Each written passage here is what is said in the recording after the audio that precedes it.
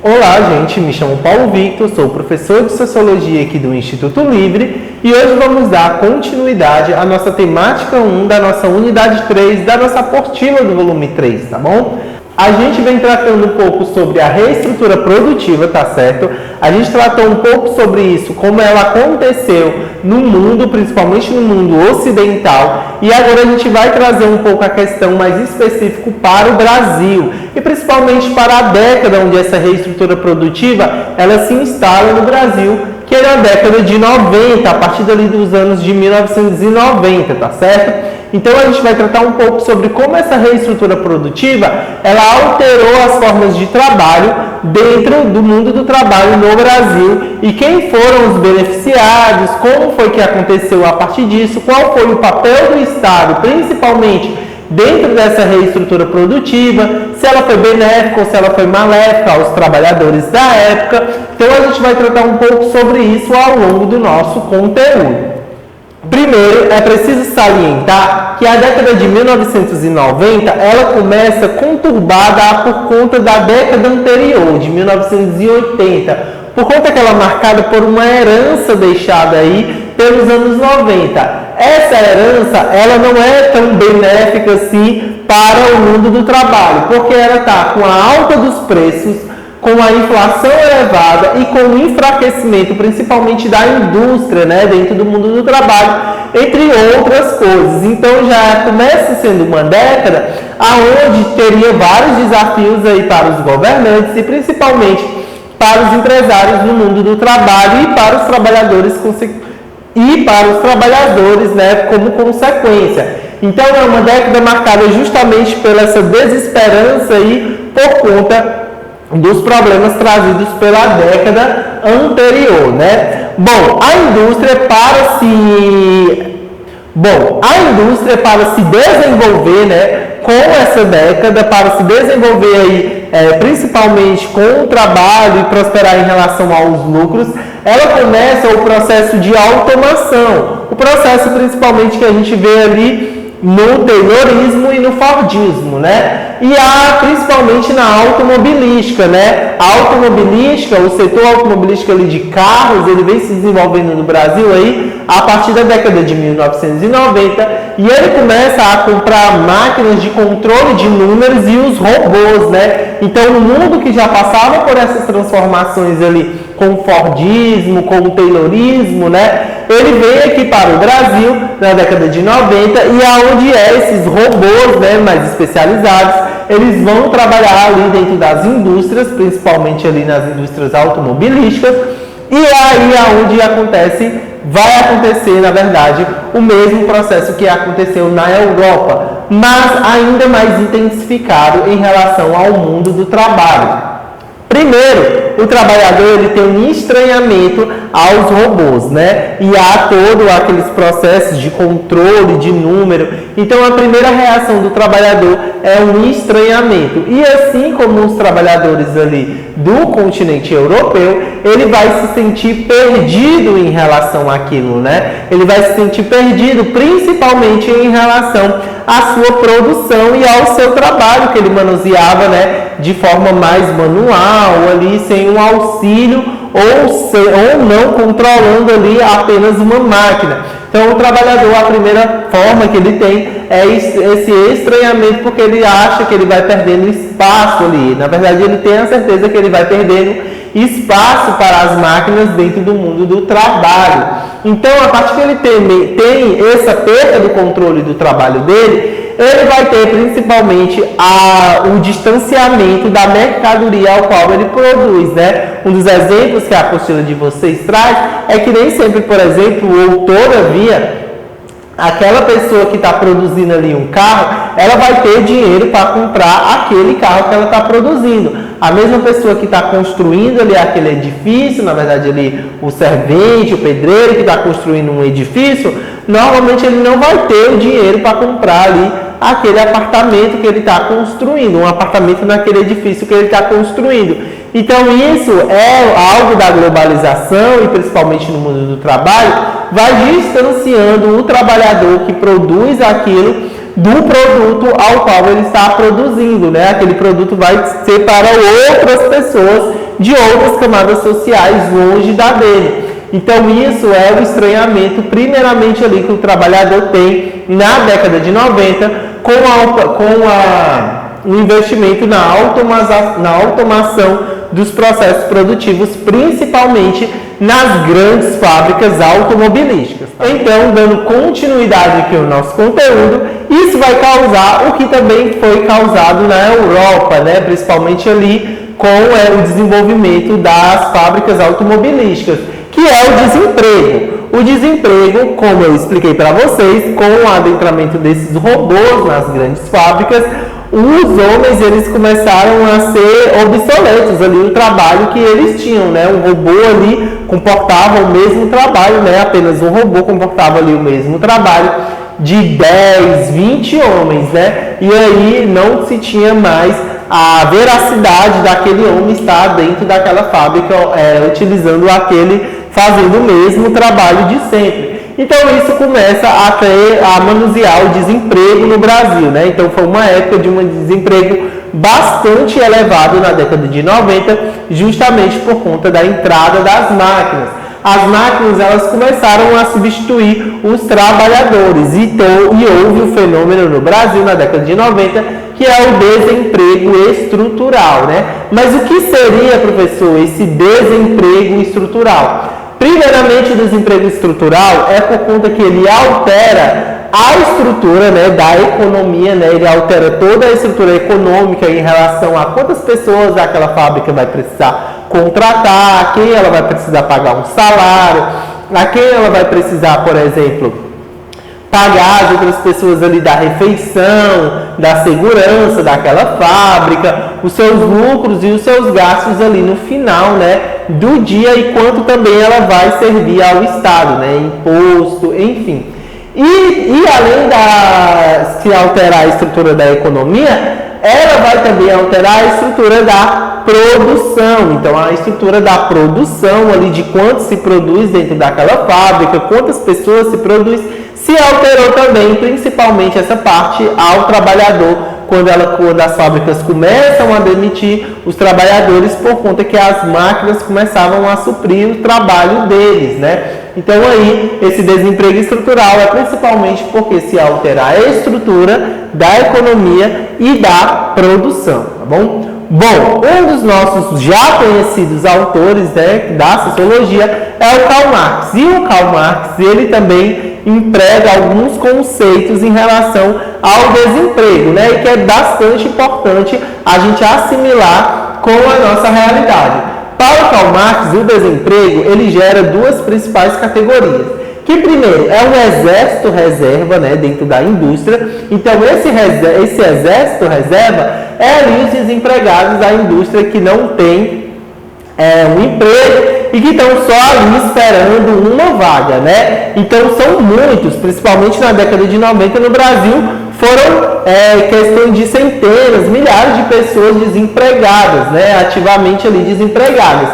E a outra questão que esses exércitos de desempregados vai causar dentro do mundo do trabalho é que eles vão acabar aceitando empregos menos favoráveis, com condições ruins de trabalho, ganhando bem menos, o que vai colocar uma pressão, principalmente ali, para as pessoas que estão trabalhando na fábrica, porque se elas estão trabalhando ali na fábrica e elas estão insatisfeitas com algo e elas querem reivindicar de alguma forma, elas acabam não podendo fazer isso, porque caso elas sejam demitidas, existe esse exército para ser contratado, né? Então, por exemplo, esse exército, eles acabam colocando uma pressão para as pessoas que estão exercendo ali aquele trabalho, muitas vezes nem tem tamanhas melhorias, mas acabam suportando aquele ambiente de trabalho justamente porque não pode reivindicar por conta que vai ser demitida, né? Então, juntando isso, mas você poderia me perguntar, mas professor, essas pessoas elas poderiam reivindicar, né? Por conta que existem diversas leis em relação principalmente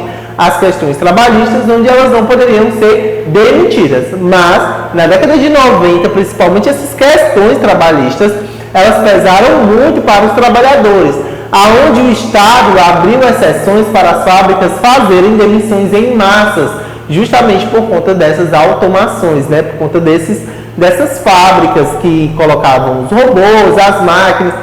E essa questão, principalmente para o trabalhador, pesou aqui, principalmente no Brasil, porque lá na Europa, né, no continente europeu, eles tinham uma seguridade maior do Estado, né? O Estado proibia muitas vezes essas questões das demissões em massa, então isso foi amenizado mais na Europa. Aqui no Brasil, né, na década de 90, houve um descaso em relação ao governo, onde permitia essas grandes demissões em massas.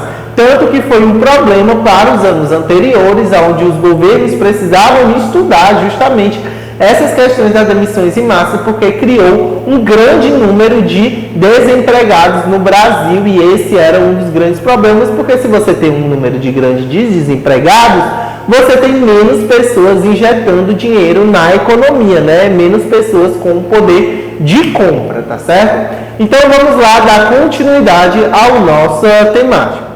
Bom, continuando a falar sobre o desemprego, né, que estava vigente no Brasil na década de 90, a gente vai trazer um pouco mais de dados específicos, né, de como esse desemprego estava na nossa sociedade brasileira. Os dados são da fonte do Brasil Desempregado, né, um livro dos anos 2000, que retratou um pouco aí como foi o desemprego na década de 90. Bom, a gente tem um dos dados que é de São Paulo, na região metropolitana, né? Então, no caso, na região metropolitana de São Paulo, que mostra que o desemprego, em 1989, ele estava no 8,7%, né, da população ali ativa. E em 1999, esse número saltou para 19,5% ali também da população ativa, né, segundo o IPEA. Então, você vê em dados que, para além ali das teorias que se colocavam na época, dos estudos, que quando a gente vê isso quantitativamente nos dados,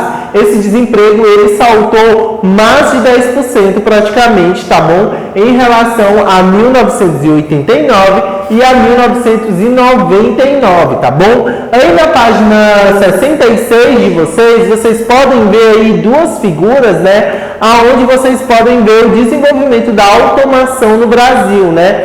Tanto nas décadas anteriores quanto nos anos posteriores. E vocês podem ver como a automatização também ela se desenvolveu em relação ao Brasil e em relação às construções dentro das próprias fábricas automobilísticas, né? Então esse desenvolvimento deu-se também graças à globalização, né? E todas as construções que ela foi causando dentro das indústrias, principalmente com o aceleramento da produção, já que as máquinas, de alguma forma, elas também iam ficando obsoletas, né, para se produzir mais e mais. Então, as máquinas, elas também passaram por uma reestruturação, por uma maior tecnologia, né, um maior aprimoramento ali dentro das indústrias. Então é por isso que as máquinas também elas têm todo o seu desenvolvimento, e a automatização ela vai passando e vai mudando, né? O que era na década de 1990, quando entra nos anos 2000, ela vai se reconstruindo. Bom, um dos papéis importantes para a sociologia, no caso, e uma das coisas que a sociologia faz dentro da nossa sociedade é a desnaturalização de certos processos e caminhos. Bom, para a gente entender também como a gente entendeu o desemprego na década de 90, a gente viu que não foi somente por conta das máquinas, né? Por conta que as máquinas entraram nas fábricas e nas indústrias e os homens saíram. Não foi basicamente dessa forma que aconteceu no Brasil. Desnaturalizar esse caminho é não colocar somente, claro que as máquinas elas vão ter os seus pesos, né, justamente porque elas alteraram ali todas as formas de trabalho, mas também entender como o governo agia dentro dessa forma, né? No caso, o governo, ele de alguma forma se silenciou ou fechou os olhos para o trabalhador nessa época, justamente por conta da alta taxa de desemprego, né, saltando de 8,7 a 19,5 em torno de 10 anos, né, em torno de uma década aí. Então, como o governo, ele no Brasil, ele se relacionou com essa globalização, foi de alguma forma maléfica para o trabalhador, porque o trabalhador ali se viu desamparado, né, não se tinha ali uma seguridade em relação às demissões em massas da época na década de 90. E desnaturalizar esse caminho é tirar todo esse peso que muitas vezes as indústrias, os próprios trabalhadores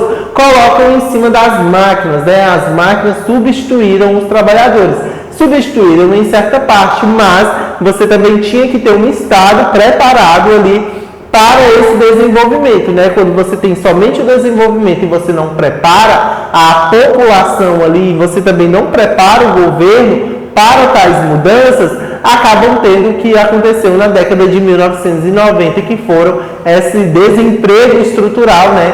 Que a sociologia trata, tá bom? Vamos continuando aqui para agora um importante elemento, um importante movimento que aconteceu, mas agora vindo lá do Oriente, né? Vindo lá do Oriente, que foi o toyotismo. A gente aprendeu sobre o taylorismo, sobre o fordismo, que são movimentos ali vindos dentro do modelo de automação do continente europeu, mas agora a gente tem o toyotismo vindo ali do continente vindo ali do Oriente.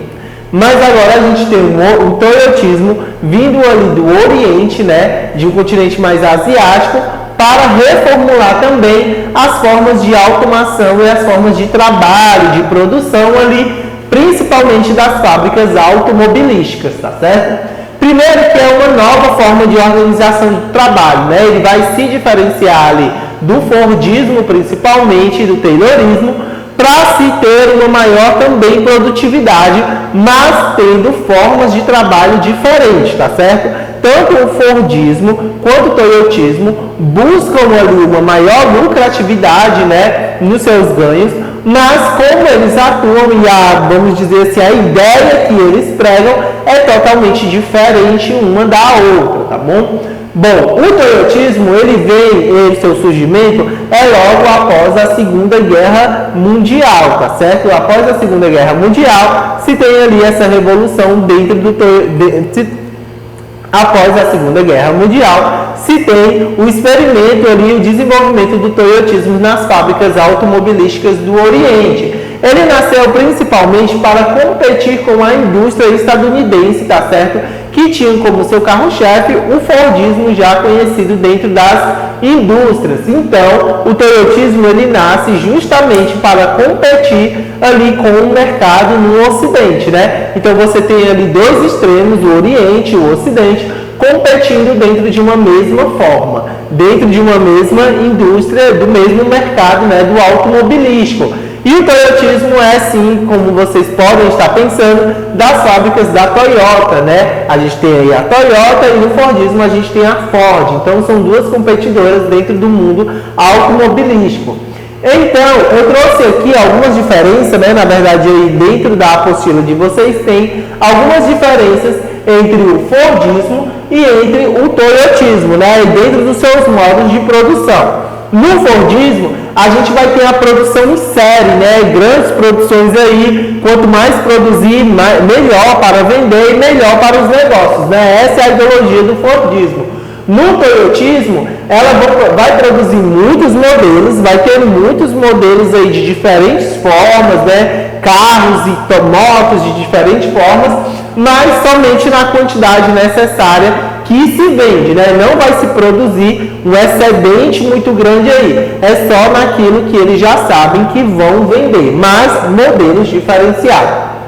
No fordismo, como tem uma grande produção em série, normalmente também se vai ter um grande estoque de produtos, né? Então vai se produzir muito para estocar, independentemente se vai vender mensalmente aquela quantidade ou não, mas vai ficar bastante no estoque, no fordismo, né? No toyotismo, o estoque é mínimo, já que se você só produz aquilo que você vende, que você tem uma base ali de vendas, né? Que você vai vender somente aquilo, então o seu estoque vai ser mínimo, né? Não vai ter esse grande estoque como se tinha no fordismo. E o fordismo trabalha a especialização, né? Então ali você vai ter um homem especializado para fazer determinadas máquinas.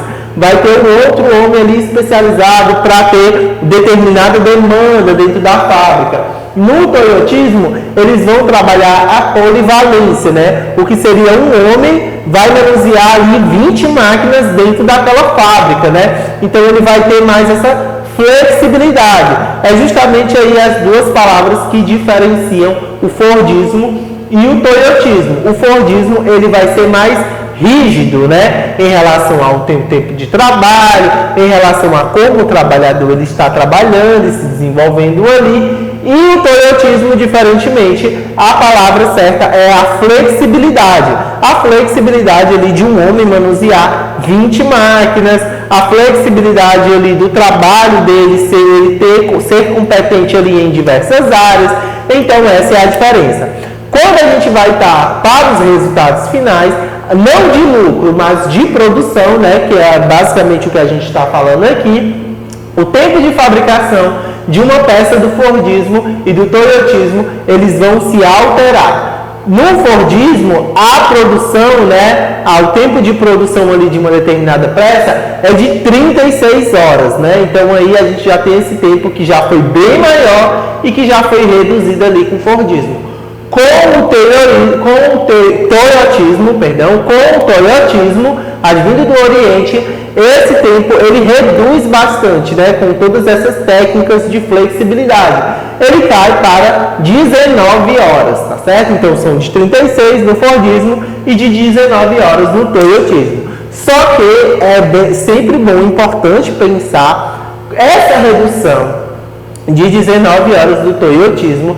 Ela é advinda com isso que eu falei, com a flexibilidade de uma pessoa não estar especializada somente naquele serviço, mas em demais serviços. A sociologia sempre vai questionar as qualidades de trabalho daquela população, como as pessoas lidam com aquela jornada de trabalho, se isso vai alterar a vida social dela e outras demandas, tá certo? Então, dentro de uma teoria, reduzir o tempo de trabalho para 19 horas, ok. Mas aí quando você chega dentro das especialidades ali daquela pessoa, da sua vida, da vida daquele trabalhador, né? Como isso foi alterado e como isso altera a dinâmica da vida social e do bem-estar social também daquele trabalhador. Isso são questões que a sociologia sempre vai questionar a partir de quando surgem novos modelos econômicos, novos modelos de trabalho, tá bom? Então agora vamos dar um pouco mais de continuidade à nossa temática. Bom, dando continuidade, né, aqui à nossa temática, eu expliquei, né, um pouco aí sobre o toyotismo, né, e as suas representações. Agora, voltando à questão aqui do desemprego no Brasil, né, só para resumir um pouco qual foi a nossa herança aí dessa década de 90, né, a gente já tinha recebido uma herança da década de 1980, a década de 90 nos deixa aí com a implementação da automação algumas coisas. Primeiro, a demissão em massa, né? Justamente como eu expliquei, como o governo ele não tinha uma política rigorosa em relação à demissão em massa, houve diversas demissões em massa dos trabalhadores, acabavam ficando desempregados, porque já não eram serventes aí às grandes indústrias, né? Justamente por conta das máquinas. Outro caso foi a terceirização, né? Já que estavam ali para reduzir gastos as empresas e com menos trabalhadores, né, eles começaram a terceirizar aí eles começaram a terceirizar as grandes fábricas, né, os empresários, diversos setores aí que tinham dentro da indústria que não eram os trabalhos fins ali da indústria. Vamos dizer assim, um exemplo. O trabalho ali da indústria automobilística é a montagem, né, a fabricação de carros. Então, por exemplo, se a atividade fins ali eram dos montadores, né, dos mecânicos, aquelas pessoas ali, eles trabalhavam em relação à carteira assinada, tudo bem certinho. Só que dentro de uma indústria existiam outros setores, né? Existiam as pessoas que cuidavam da limpeza, as pessoas que cuidavam da alimentação, as pessoas que cuidavam da segurança. Então, esses serviços, os empresários, eles já não contratavam mais diretamente, né? Eles contratavam empresas especializadas nesse serviço e terceirizavam, né? Então, essas pessoas, elas não estavam ali contratadas diretamente com o dono da automobilística, né? Ela estava sendo contratada ali por uma outra empresa que era do ramo ali alimentício, do ramo de empresa, do ramo da segurança. Então, ela era contratada por aquela empresa, pela empresa automobilística, por um valor bem menos do que se ela fosse contratada direto, né, ali. Então, essa terceirização, ela foi ali de outras seções, né, como eu expliquei. Bom, também isso justamente com a terceirização e com a demissão de massa, o final disso era a redução de gastos, né? Redução de gastos com a contratação de trabalhadores formais e redução de gastos ali com a contratação de trabalhadores terceirizados, tá certo? Bom, essa foi uma das heranças para a nossa economia, que teve esse desemprego, né, que assolou esse desemprego, que vem até ali o século 21, tá bom? Então, diante disso, o governo precisou estudar formas de como esses trabalhadores eles poderiam não estar mais dentro desse mundo do desemprego, né? Foi a partir daí que começa a implementação de políticas públicas, tá bom? Aonde vai tentar jogar e inserir de novo esse trabalhador dentro deste mercado. Ali cursos de aperfeiçoamento, de especialização, de desenvolvimento também são criados para esse trabalhador cada vez mais se desenvolver no mercado de trabalho, né? E que tem uma redução ali no número de desempregados no Brasil. Então essa foi um pouco da passagem da automatização no Brasil, né? E principalmente ali na década de 90, tá bom? Agora vamos fazer um breve resumo aí sobre a nossa temática, né? Essa nossa segunda parte de tudo que a gente viu, né? Até agora, tá bom? Primeiro, comecei explicando para vocês sobre essa herança da década de 80, né, que foi deixada para a década de 90, né, que foram juros, inflação elevada, endividamento ali principalmente das indústrias, enfraquecimento ali na contratação de empregos, entre outra herança, né, que foi deixada aí pela década de 80. Falei para vocês que a automação ela começou ali principalmente nas indústrias automobilísticas, né, com a entrada de robôs, de computadores de números, que entraram justamente para aumentar a produção e, consequentemente, aumentar os lucros da empresa, né? Só que este investimento automobilístico, ele causou primeiramente um estranhamento nos trabalhadores, né? Que já tinham ali o seu ritmo de trabalho, ali onde tinham ali um maior aprimoramento, uma maior posse ali do seu processo de trabalho. Então ele foi ficando distante, esse trabalhador, né, justamente com o advento da máquina, já que agora ele somente operava e a máquina fazia basicamente ali todo o serviço. Tudo isso gerou-se um desemprego estrutural, né? Desemprego estrutural por quê?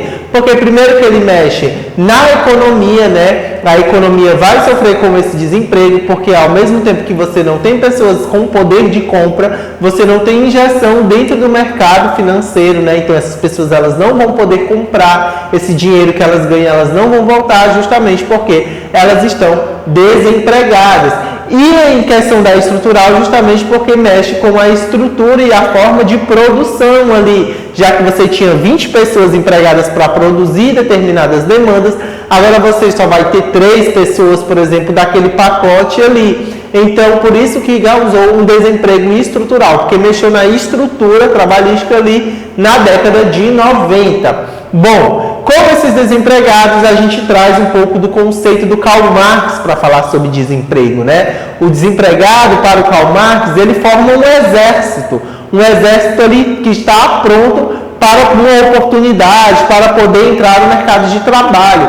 Só que esse exército de desempregados, né, como o Karl Marx fala, ele também vai ser danoso ao mercado de trabalho e para aquelas pessoas que estão efetivamente trabalhando, porque elas acabam por não poder reivindicar algumas demandas que ela teria, né? Já que se ela for demitida, vai ter uma fila de pessoas ali para ocupar a sua vaga. Então, e essas pessoas, muitas vezes, elas vão ocupar uma vaga com menor capricho, com menor condição de trabalho, com um empresário pagando bem menos. Então, é por isso que o Karl Marx fala que esse exército de desempregado ele é danoso ao mundo do trabalho, né? Bom, falei um pouco também sobre as diferenças nas demissões entre países desenvolvidos e países menos desenvolvidos, né? Que nos países desenvolvidos você tinha uma singularidade maior do Estado ali com os trabalhadores.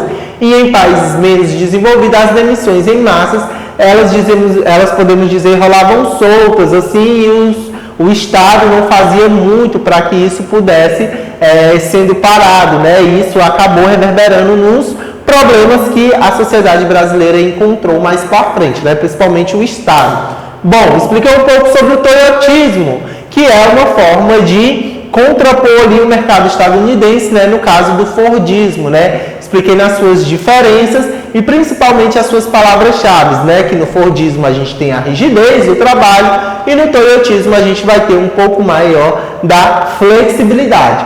E já no final vemos qual foi o legado aí deixado pela automação no Brasil, né? Principalmente aí no investimento do mundo automobilístico, né? A gente viu o desemprego em massa, a terceirização com um modo de cortar gastos, né? Isso tudo resultou em uma grande herança, mais uma, para o governo resolver em relação ao grande número de desemprego que subiu de 8% na região metropolitana de São Paulo para mais de 19%, né? Então a gente vê aí que foi décadas deixando heranças uma para a outra, né? Uma foi a inflação, juros altos, e a outra foi a grande massa desempregada. Então essa foi um pouco aí da nossa segunda parte, da nossa temática 1, tá certo? Espero que vocês tenham compreendido bem aí essas duas diferenças. Primeiro aí como foi que começou essas mudanças de automação, assim, na nossa primeira parte. Depois, como essas mudanças de automação e de formas de trabalho, elas vieram para o Brasil e, consequentemente, com isso, o problema do desemprego. Agora vamos passar as nossas atividades, tá certo? Para a gente resolver. Bom, gente, agora a gente vai iniciar a nossa atividade, tá certo? Que vamos resolver a nossa página 72 e 73, que é um desafio em relação à automação, tá certo? E a gente vai tentar aí assinalar qual é a resposta mais correta que o nosso enunciado está nos pedindo, tá bom? Eu espero que vocês abram aí na página 72 e 73. Vamos lá, é o desafio. Vamos lá, começando primeiro ler o texto. Após a Revolução Industrial, foram desenvolvidas diferentes formas de gerenciamento científico da produção. Aquilo que a gente já conhece, né? Em relação ao desenvolvimento da produção, como o Fordismo, o Taylorismo e o toyotismo. No interior do sistema capitalista, como o Taylorismo, o Fordismo e o toyotismo, as quais, entre as suas finalidades, objetivaram aumentar a capacidade produtiva e baratear os custos com a mão de obra das empresas, tá certo? Então, isso aqui é tudo já que a gente vem estudando, né? Tudo que a gente já sabe sobre as finalidades e os objetivos dessas formas novas de produção. Vamos lá. Dentre as alternativas apresentadas, né? Como vocês podem ver aí no item A, B, C e D, assinale aquela que descreve corretamente as características das três modalidades de gerência científicas especificadas. Então, aqui ele vai apresentar as três formas, né? As três modalidades que a gente sabe que é o Fordismo, o Taylorismo e o toyotismo. E a gente vai ter que colocar as características das três modalidades de gerência científica especificadas. Quais são as que mais se identificam aqui, dentre o item A, B, C e o D, tá certo? Então vamos lá ler o item A. O item A diz assim: o Taylorismo, o Fordismo e o toyotismo são denominações clássicas, tá ok?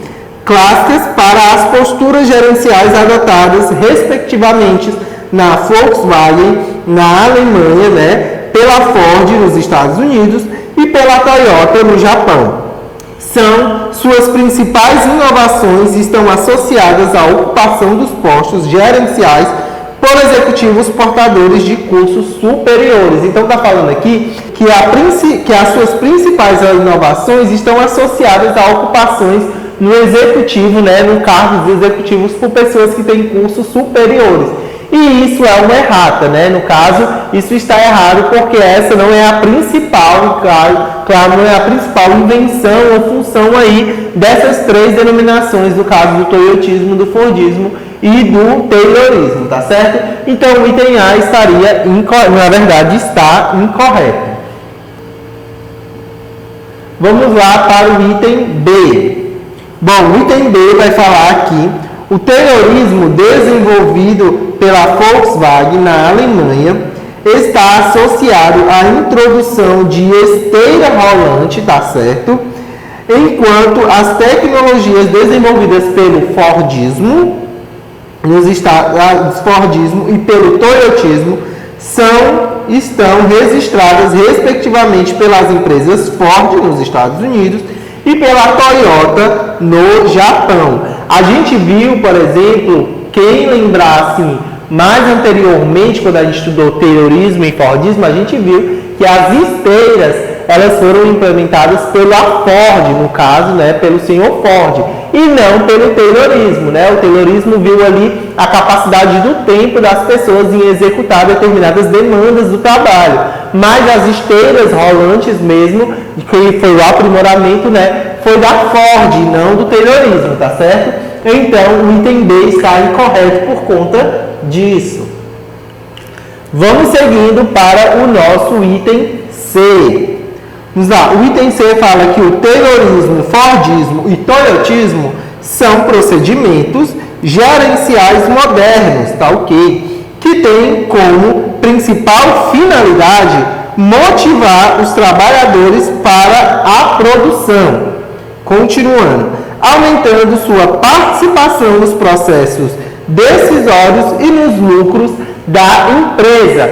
Então a gente vê que o item C, ele também está errado. Por quê? Porque a gente viu justamente, tanto no Toyotismo, no Fordismo e no Taylorismo, tanto na Europa, no continente europeu, no caso, tanto nos Estados Unidos, na América do Norte, quanto aqui no Brasil, quando a gente vai tratar aqui da América do Sul, que no primeiro momento os trabalhadores e, consequentemente, depois disso, foi um estranhamento ali com as máquinas, né? Com aqueles métodos ali de trabalho que eles não conheciam, eles perderam a sua relação com a mercadoria, eles perderam também ali toda a dominação do processo, já que agora eles só manuseavam as máquinas e elas faziam o serviço, e isso não lhe deu, claro, causou foi desemprego em massa, né? E não mais lucros ali a partir das empresas, né? Então o item C está errado por conta disso.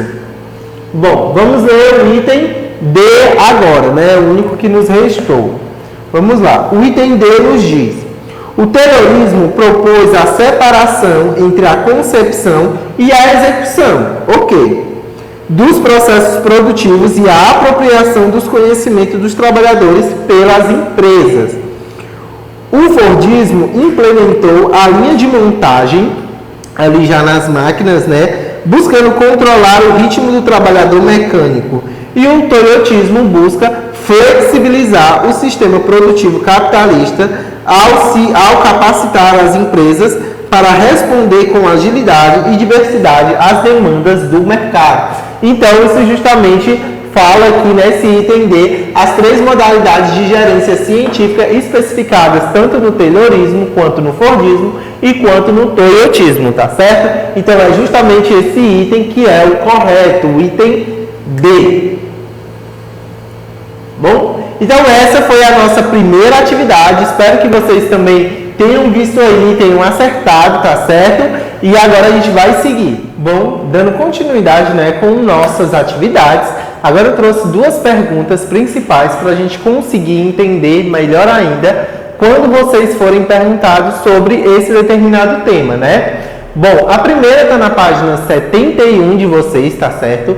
E é uma pergunta basicamente onde a gente pode responder a partir do que a gente aprendeu.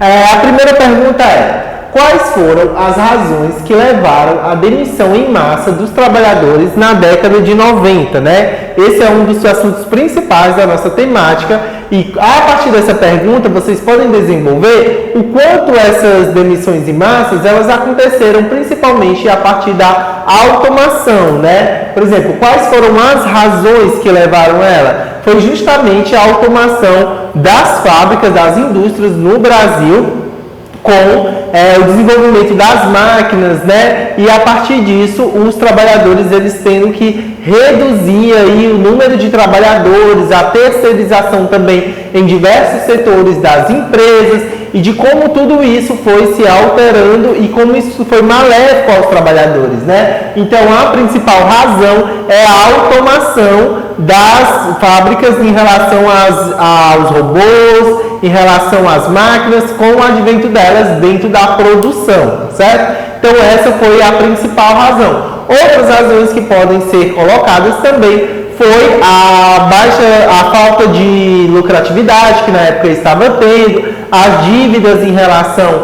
às indústrias que elas estavam tendo também por conta da década anterior, da década de 80. Essa também foi algum dos motivos das grandes demissões da década de 90 por parte dos trabalhadores. Então, essas foram algumas das duas razões, tá bom?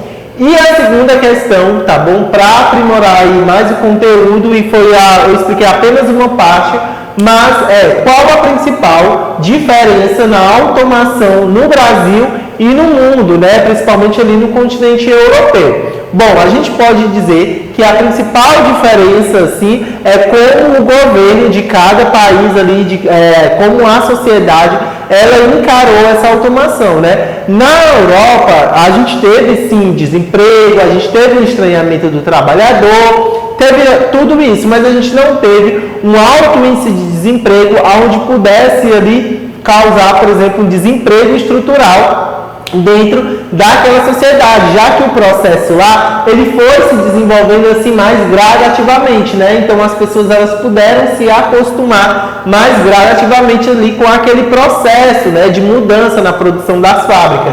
No Brasil acontece de uma forma mais rigorosa, você tem ali a passagem da década de 80 para 90, já com esse processo de automação. Então isso tudo causou um grande estranhamento dos trabalhadores, né? E a principal diferença é justamente nessa, vamos dizer, nessa velocidade como as coisas aconteceram, né? No Brasil não parece que as coisas aconteceram de forma mais gradativa, assim. A evolução foi de forma mais gradativa, mas todo esse processo aconteceu com uma maior rapidez. E também a forma como o governo tratou isso, né? A forma como o governo amparou ali os trabalhadores com o grande número de desemprego que surgiu ali na década de 90. Essa também foi uma importante diferença decisiva de como o mundo, ali a Europa principalmente, tratou o desemprego com a automação e de como o governo brasileiro na época tratou, né, com o alto índice de desempregados no Brasil. Então essa foi uma das principais diferenças